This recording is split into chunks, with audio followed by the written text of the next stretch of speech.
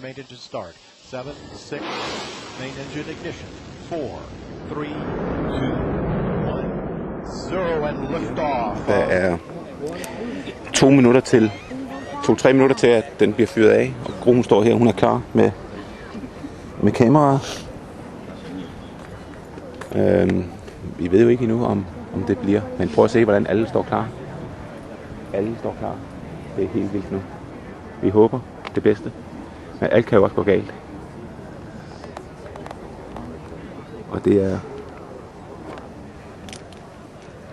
Go permitted to start. 7, 6, Kom, nu! 4, 3, 2, 1,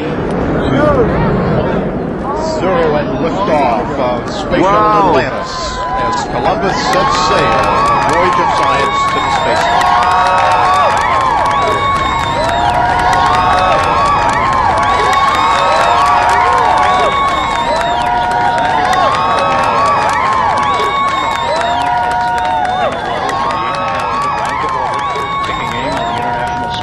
For docking on Saturday.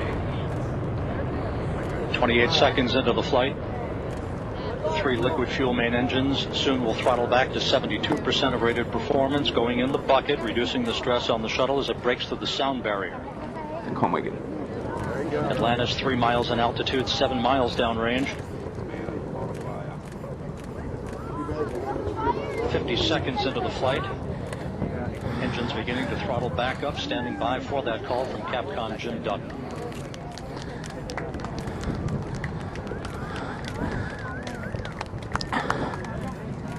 Atlantis, go and throttle up.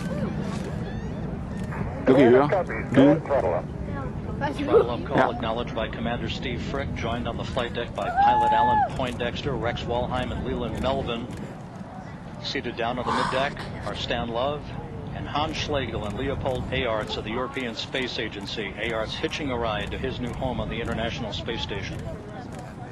1 minute, 30 seconds into the flight. Atlantis already 15 miles in altitude, 16 miles downrange from the Kennedy Space Center, traveling 2,000 miles an hour. Yes!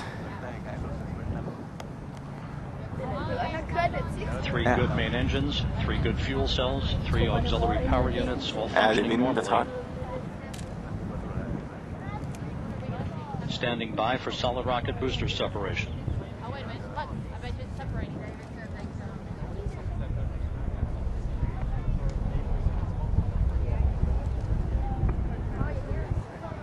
Den er stadig op, kan I se den? Booster officer confirms good solid rocket booster separation, good staging. Jeg kan stadig se den i kameraet. Kan du? Ja. Jeg kan ikke se den her. Nej, jeg har også zoomet helt vildt ind på den. Okay. Jeg kan ikke se den her. Nej. Far, jeg nåede altså ikke at zoome helt ud, men jeg har fundet nogle billeder. Ved du hvad, det er helt okay. Jeg kan stadig ikke se den. Ja. Den er langt over.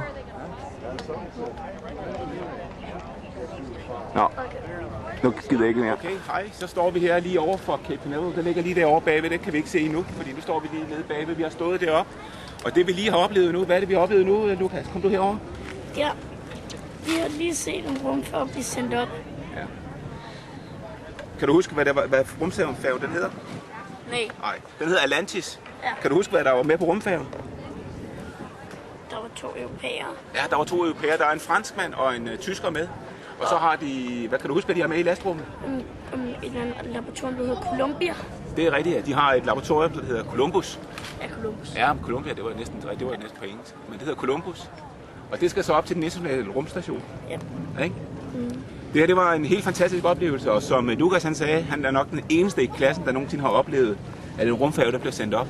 Og jeg tror også, at Gro, som står bag, videokameraet, hun fik taget en hel masse gode billeder. Hun tog billeder med det store kamera, og jeg kunne bare høre, at det var næsten ligesom et maskingevær.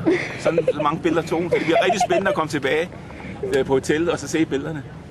Det var helt fantastisk. Okay, vi ses. Hej.